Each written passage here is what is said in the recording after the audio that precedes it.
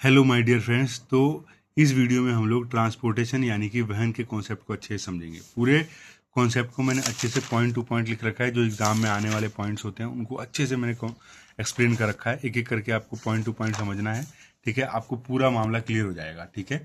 सबसे पहले बात करते हैं ब्लड के बारे में। ब्लड, इसको रक्त हिंदी में कहा जाता है। इसके 4 मुख्य कंपोनेंट्स होते हैं, main components. Plasma, RBC red blood cell, इसको लाल रक्त कणिकाएं कहा जाता है। डब्ल्यूबीसी वाइट ब्लड सेल, इसको श्वेत रक्त कणिकाएं कहा जाता है। और चौथा आता है प्लेटलेट्स।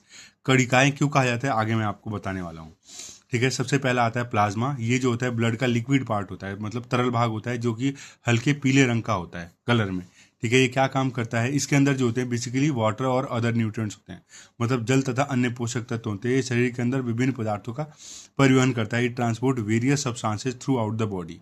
क्या क्या सब्सटेंसेस होते हैं, जैसे कि अमीनो एसिड हो गया, ग्लाइकोजन हो गया, बहुत सारी बॉडी के अंदर जो न्यूट्रिएंट्स होते हैं, जो बॉडी को नीड होती हैं, उनका ट्रांसपोर्टेशन करता है। कभी कभी आरबीसी कोई काम नहीं कर पाती है, तो उस काम के लिए भी ये जो है प्लाज्मा उस आरबीसी का काम भी करता है। आरबीसी का मेन काम होता है ऑक्सीजन और कार्बन डाइऑक्साइड को ट्रांसपोर्ट करना बॉडी के अंदर, ठीक है। तो प्लाज्मा जो है कभी कभी आरबीसी की जगह पे कार्बन डाइऑक्साइड और ऑक्सीजन का भी ट्रांसपोर्टेशन में हेल्प कर देती है, ठीक है। उसके बाद आता है आरबीसी जिसको रेड ब्लड सेल, लाल रक्त कणिकाएं कहा जाता है। कणिकाएं इसलिए कहा जाता है, पहले इनको कोशिकाएं ही कहा जाता था, अब इनको कणिकाएं इसलिए कहा जाता है क्योंकि ये ब्लड के अंदर जो होता है स्मॉल पार्टिकल्स के रूप में जो है ये फ्लो करती हैं, मतलब छोटे छोटे कणों के रूप में फ्लो करती है, इसलिए इनको कणिकाएं कहा जाता है। इसमें जो बेसिकली रेड ब्लड सेल है, इसमें हीमोग्लोबिन होता है, एक रेड कलर का पिगमेंट होता है, ठीक है। इसी की वजह से ब्लड का रंग लाल होता है। ये क्या काम करता है, ऑक्सीजन को पूरी बॉडी के अंदर ट्रांसपोर्ट करने में हेल्प करता है। इसमें हीमोग्लोबिन होता है जो एक लाल रंग का वर्णक होता है। ये ऑक्सीजन को फेफड़ों से पूरे शरीर में पहुंचाता है, और इसका ये काम भी होता है कि ये कार्बन डाइऑक्साइड का भी ट्रांसपोर्टेशन पूरी बॉडी के अंदर करता है। उसके बाद आता है डब्ल्यूबीसी वाइट ब्लड सेल, श्वेत रक्त कणिकाएं कहा जाता है, ठीक है। ये हमारे बॉडी के अंदर एंटीबॉडीज तैयार करती है। एंटीबॉडी का मतलब ये होता है जो बीमारी हमारे शरीर के अंदर है उनको मारने के लिए जो है एक तरीके से ये एंटीबॉडी तैयार करती है जो उनसे लड़ सके, ठीक है, जो कि हार्मफुल बैक्टीरिया और वायरस से लड़ते हैं, ठीक है, और हमें बीमारियों से बचाता है। एग्जाम्पल में मैं आप लोगों को एग्जाम्पल में बताता हूँ कि हमारी बॉडी के अंदर बचपन में बहुत सारे टीके लगाए जाते हैं, ठीक है। उन टीकों में हमारे शरीर के अंदर जो भी, जैसे इन्फ्लुएंजा हो गया, हेपेटाइटिस बी हो गया, टेटनस हो गया, उन सब की जो सुई लगती है, असल में उनके जो है मरे हुए वायरस और जो है बैक्टीरिया मरे हुए डाले जाते हैं, ताकि हमारी बॉडी के अंदर एंटीबॉडी वाइट ब्लड सेल बना दे, ताकि फ्यूचर में कभी वो जो है वायरस और बैक्टीरिया हमारी बॉडी के अंदर जाए तो उनको मार के ख़त्म कर दे। इस तरीके से एंटीबॉडी तैयार होती है हमारी बॉडी के अंदर, इसीलिए बचपन में टीके लगाए जाते हैं। इससे पोलियो का टीका लगाया जाता है, वो इसीलिए लगाया जाता है ताकि फ्यूचर में कभी पोलियो के वायरस, ऐसा तो नहीं है कि हमारे आसपास वो वायरस नहीं हो सकता है या पनप नहीं सकता, हो सकता है, बिल्कुल हो सकता है। तो फ्यूचर में अगर हमारी बॉडी के अंदर वो पोलियो का वायरस जाए तो दवाई हमें इसलिए दी जाती है ताकि हमारी बॉडी के अंदर एंटीबॉडी तैयार हो जाए और हम लोग को इससे कोई फर्क ना पड़े। उसके बाद आता है प्लेटलेट्स जो होते हैं, ठीक है। इनकी ये जो होते हैं बहुत छोटे सेल्स होते हैं, ये ब्लड क्लॉटिंग, ये रक्त का थक्का बनाने में काम आते हैं जब ज़्यादा मात्रा में ब्लीडिंग होने लग जाती है। जैसे मान लीजिए यहाँ पे कट गया, कटने के बाद जब खून निकलने लग जाएगा तो वहाँ पे ब्लड की क्लॉटिंग कर देगा प्लेटलेट्स, ठीक है। तो प्लेटलेट्स की संख्या हमारी बॉडी के अंदर एक सीमित मात्रा, स्थायी मात्रा में होनी चाहिए हमेशा। जब किसी को डेंगू बीमारी होती है, डेंगू से बुखार होता है, उसकी प्लेटलेट्स ही सबसे ज़्यादा गिरती है, ठीक है। उसके बाद आता है लसिका, इसको लिम्फ कहा जाता है, ठीक है। ये एक कलरलेस फ्लूइड होता है, यानी कि रंगहीन पदार्थ होता है, एक तरल भाग होता है। इसको एनसीईआरटी में कलरलेस बताया गया है। आपको जो है, आप दूसरी बुक में पढ़ेंगे तो आपको इसको येलो कलर भी पढ़ने को मिलेगा, तो फर्क नहीं पड़ता। एनसीईआरटी में कलरलेस है तो आप कलरलेस ही पढ़िए, ठीक है। जो कि लिम्फ वेसल में पाया जाता है, लसिका वहिनी के अंदर पाया जाता है, जो कि क्या काम करता है, फैट को ट्रांसपोर्ट करता है और बॉडी डिफेंस में हेल्प करता है, मतलब बीमारियों से लड़ने में मदद करता है। और ज़्यादा मात्रा में जो टिश्यू फ्लूइड होता है, इसको वेस्ट बोला जाता है, ठीक है। ऊतकों का जो वेस्ट अपशिष्ट पदार्थ होता है, ठीक है, उसको ब्लड के अंदर पहुंचाता है। हिंदी में सब बता देता हूँ। यह एक रंगहीन पदार्थ का द्रव होता है जो लसिका वहिनियों में पाया जाता है। यह वसा का परिवहन करता है और शरीर को रोगों से बचाता है, और अतिरिक्त ऊतक द्रव जिसको अपशिष्ट कहा जाता है, ठीक है, वेस्ट मटेरियल, उसको ब्लड के अंदर पहुंचाता है। उसके बाद आती हैं ब्लड वेसल्स, रक्त वाहिकाएं। ये क्या काम करती हैं, ये बॉडी के अंदर ब्लड को ट्रांसपोर्ट करती हैं, रक्त का परिवहन करते हैं। बेसिकली 3 टाइप्स के होते हैं, आपको जो पढ़ने हैं एग्जाम में 3 टाइप के पूछे आ चुके हैं, इसलिए बताता हूँ। सबसे पहले आता है अर्टरी, दूसरे बाद आता है आपको वेन, और तीसरा आता है कैपिलरीज, ठीक है। अब एक एक करके समझते हैं इनको। अर्टरीज जो होती हैं, इनको हिंदी में धमनियाँ कहा जाता है। ये ऑक्सीजनेटेड ब्लड को, यानी कि ऑक्सीजन जिस ब्लड के अंदर होती है उनको हमारी हार्ट से पूरी बॉडी के अंदर ट्रांसपोर्ट कराती हैं। ऑक्सीकृत रुधिर को हृदय से शरीर के विभिन्न अंगों तक ले जाती हैं। अब इसमें एक वर्ड आता है पल्मनरी आर्टरी, जिसको फुफ्फुस धमनी कहा जाता है। जहां पर पल्मनरी वर्ड, फुफ्फुस वर्ड आपको पढ़ने को मिल जाए तो समझ जाना ये हमारे फेफड़ों से जुड़ा हुआ है। तो पल्मनरी आर्टरी जो होती है ये ऑक्सीजनेट कार्बन डाइऑक्साइड वाला जो ब्लड होता है, ऑक्सीजन पुअर ब्लड, जिसको डीऑक्सीजनेटेड ब्लड कहा जाता है, मतलब ऐसा ब्लड जिसके अंदर कार्बन डाइऑक्साइड हो, ठीक है, उसको हमारे हार्ट से लंग तक लेके जाती है, हृदय से कहाँ तक, फेफड़ों तक लेके जाती है। तो इसीलिए मैंने अलग अलग लिख दिया है ताकि आप लोगों को कंफ्यूजन ना हो। Walls of arteries are thick and elastic, मतलब धमनी की भित्ति दीवारें जो होती है मोटी और लचीली होती है, क्योंकि इनके अंदर जो है वाल्व नहीं होते हैं और ये जो होते हैं डीप सीटेड होते हैं।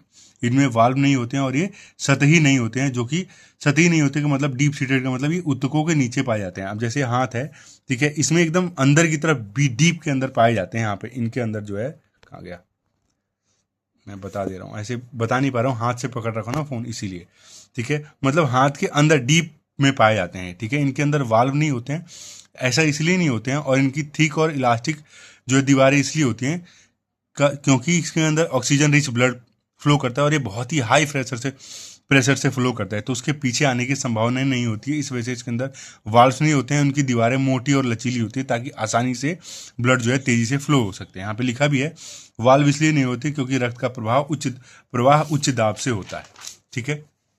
उसके बाद आती हैं शिराएं, ठीक है, ये क्या काम करती है, कार्बन डाइऑक्साइड वाले ब्लड को पूरी बॉडी से ट्रांसपोर्ट करके फिर हमारे हार्ट तक पहुंचाती है। ऑक्सीकृत रुधिर को शरीर से विभिन्न भागों से हृदय तक लेके जाती हैं।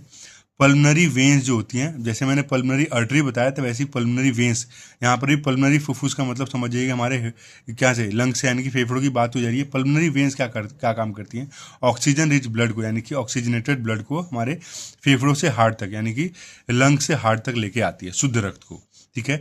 Walls of veins are thin and less elastic, सिराओं की भित्ति दीवारें जो होती है वो पतली तथा कम लचीली होती हैं। ऐसा इसलिए होता है क्योंकि इनके अंदर इसके अंदर वॉल्व भी होते हैं और ये सुपरफिशियल होते हैं। जैसे आपको ये दिख रहा होगा, ये मेरे हाथ के ऊपर दिख रहे होंगे आपको नसें, ठीक है, ये हरे रंग की जो नसें दिख रही हैं आपको, ठीक है, ये सब जो है नसें हैं, यही जो है सारे वेन्स होते हैं, इनको सिराएं कहा जाता है। इन्हीं के अंदर कार्बन डाइऑक्साइड ब्लड जो है फ्लो करता है बॉडी, इन्हीं के थ्रू, ठीक है। इसमें जो होता है बहुत कम प्रेशर से फ्लो करता है, इसलिए इनके अंदर वाल्व की जरूरत पड़ती है कि बैक फ्लो ना कर जाए। कैपिलरी, जिनको केशिकाएं कहा जाता है, ठीक है, ये जो होते हैं capillaries are very thin blood vessels which connect arteries and veins. केशिकाएं जो होती है बहुत पतली रक्त वाहिकाएं होती हैं जो कि धमनियों और शिराओं को क्या करती हैं, जोड़ती हैं।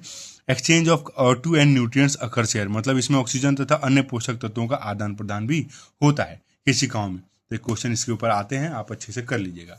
उसके बाद आता है वर्किंग ऑफ ह्यूमन हार्ट, मानव हृदय की कार्य प्रणाली। इसको पढ़ने से पहले आप अपने पास जो बुक है उसको खोल लीजिएगा और उसको फिर खोलने के बाद मैं ये बोलता जाऊंगा, आप सुनते जाइएगा और बुक में जो है उसको पढ़ते जाइएगा।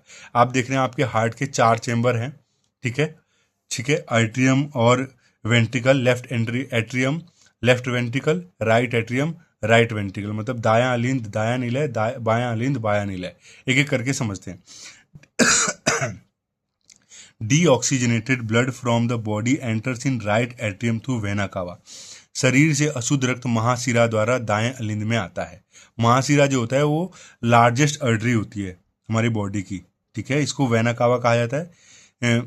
लार्जेस्ट वेन होता है, माफ कीजिएगा, वेना कावा कहा जाता है महाशिरा, और लार्जेस्ट आर्टरी जो होती है इसको एरोटा कहा जाता है, ठीक है, एरोटा कहा जाता है, ध्यान सुनेंगे, एरोटा कहा जाता है। यहाँ पर इसको महाधमनी कहा जाता है, लार्जेस्ट आर्टरी को, ठीक है, महाधमनी को, ठीक है। अब इसके बाद समझते हैं, यहाँ पे ह्यूमन हार्ट के अंदर डीऑक्सीजनेटेड ब्लड जो होता है पूरी बॉडी से जो है कलेक्ट होके ऑक्सीजन कार्बन डाइऑक्साइड वाला ब्लड सबसे पहले राइट एट्रियम में आता है, इसको दायां अलिंद कहा जाता है, उसमें आता है।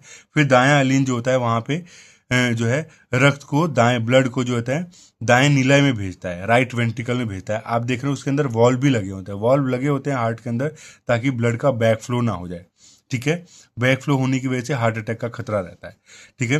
Right ventricle pumps blood into the lungs through pulmonary arteries, मतलब राइट वेंट्रिकल जब जो कार्बन डाइऑक्साइड वाला ब्लड पहुंचता है वहां पर जो है हार्ट पंप करता है, जिसकी वजह से पल्मनरी आर्टरीज जो होती हैं, ठीक है, फुफ्फुस धमनियाँ, वो कार्बन डाइऑक्साइड वाले ब्लड को लेके कहाँ पहुंच जाती है, हमारे फेफड़ों में पहुंच जाती हैं, ठीक है। फिर वहां से ऑक्सीजनेटेड ब्लड लेके पल्मनरी वेन जो होती हैं, फुफ्फुस शिराएं, ठीक है। कार्बन डाइऑक्साइड वाला शुद्ध रक्त के लेके सबसे पहले कहाँ पहुँचती हैं, बाएं अलिंद में, लेफ्ट एट्रियम में। लेफ्ट एट्रियम से ब्लड कहाँ जाता है, लेफ्ट वेंट्रिकल में, बाएं निलय में। वहाँ पर बहुत हाई प्रेशर का जो है हाई प्रेशर क्रिएट होता है और वहाँ पे पंपिंग होती है, ठीक है, जिसकी वजह से बाएं निलय से जो कार्बन ऑक्सीजन वाला ब्लड है, ठीक है, शुद्ध रक्त है, वो महाधमनी, जिसको एरोटा कहा जाता है, वहाँ से पूरे बॉडी के अंदर भेज दिया जाता है, ठीक है। ये तो पूरा जो है मैकेनिज्म था हमारे ह्यूमन हार्ट का, जो मैंने आपको बता दिया, ठीक है।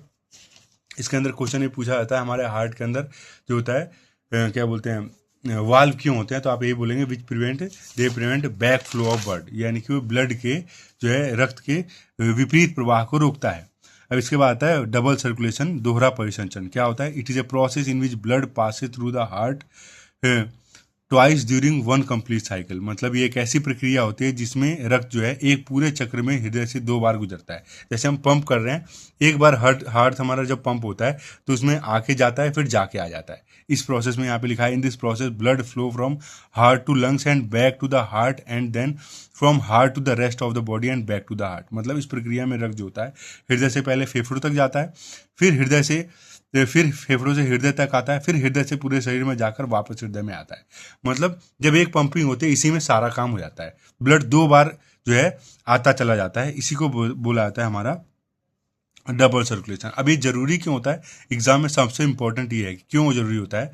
ये ऐसा इसलिए जरूरी होता है डबल सर्कुलेशन, ऑक्सीजनेटेड और डीऑक्सीजनेटेड ब्लड को जो है प्रिवेंट करने के लिए, बचा के रखने के लिए। दोहरा परिसंचरण इसलिए आवश्यक है ताकि शुद्ध तथा अशुद्ध रक्त को अलग किया सके और ये शरीर को पर्याप्त ऑक्सीजन मिलता रहे, ठीक है। डबल सर्कुलेशन की वजह से बॉडी को जो है सफिशिएंट ऑक्सीजन की सप्लाई जो होती है वो होती रहती है।